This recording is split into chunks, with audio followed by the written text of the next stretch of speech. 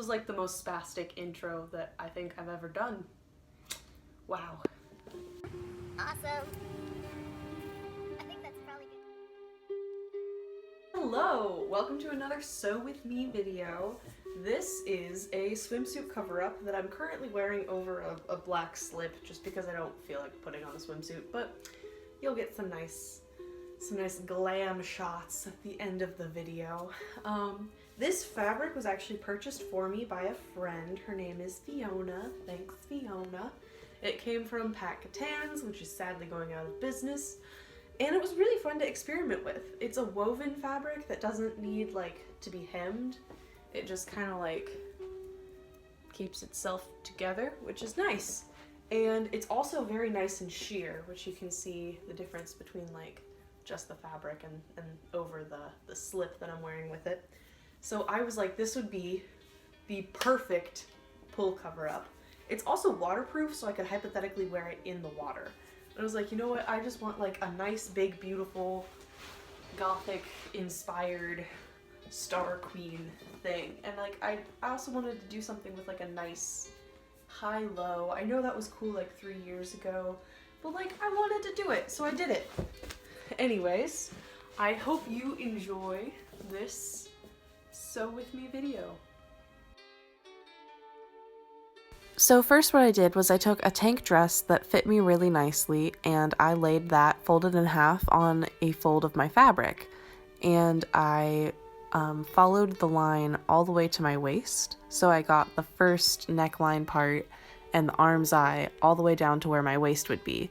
And then from there, I started to draft a very extreme A-line. And whenever I went to draft the front piece of my dress, I realized that I just wasn't going to be able to get this same extreme A-line. So my solution was to add a gore, so that I would still have a lot of volume, albeit it would be asymmetrical volume. I used my back piece that I had already drafted to make sure that my front piece would line up perfectly on the waist so that my gore would insert even easier, and I made sure to measure very carefully how long I wanted the length of the gore to the back and the length of the gore to the front to be. This was actually very complicated and I didn't get the best shots of it, and I apologize for that. And then I cut out my gore piece, and all that's left is to pin the long end to the back with the corner lining up with the waist and the short end to the front with the corner lining up to the waist. I kind of think it looks like a shark tooth also. For my seam allowance, I decided to just use 1/4 of an inch stitch because this isn't going to unravel at all, and why not take advantage of that? I first sewed the line of stitching from my armpit to my waistline on the side that I wanted my gore, and I was careful to mark my waistline very specifically. And then I did a next pass of just the back piece and the gore, with the piece of the gore that's longer aligning with the back piece. Remove the pin.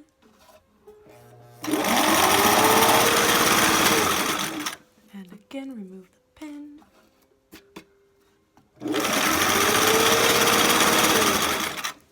Careful not to stretch the fabric, cause then it lattices.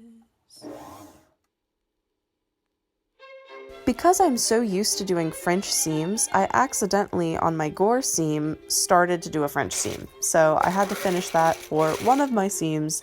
So this dress is going to have one singular French seam. Oops. Normally I take a time lapse of these sewing shots, but I got actual sped up footage for this one, and I honestly love how cute my machine sounds when it's all sped up. It's like a little chipmunk machine.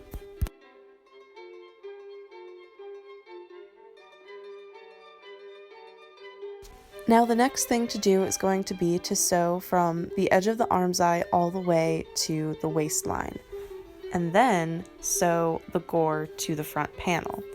Because this angle is a 90-degree angle, and if you tried to do it in one pass, you'd wind up with weird wrinkly stuff. I've tried to do stuff like this in one pass before, and it doesn't tend to work unless you pick up your foot and move your fabric underneath it to do an extreme angle. But I find that often weakens the thread, so it's better to just do it in 2 passes.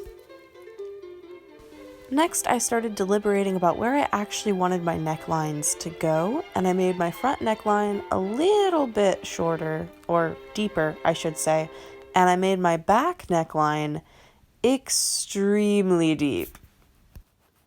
And then I got real spontaneous and creative, and I twisted up my straps a whole bunch and pinned the twists down so they wouldn't get in the way while sewing, and then I sewed my straps together.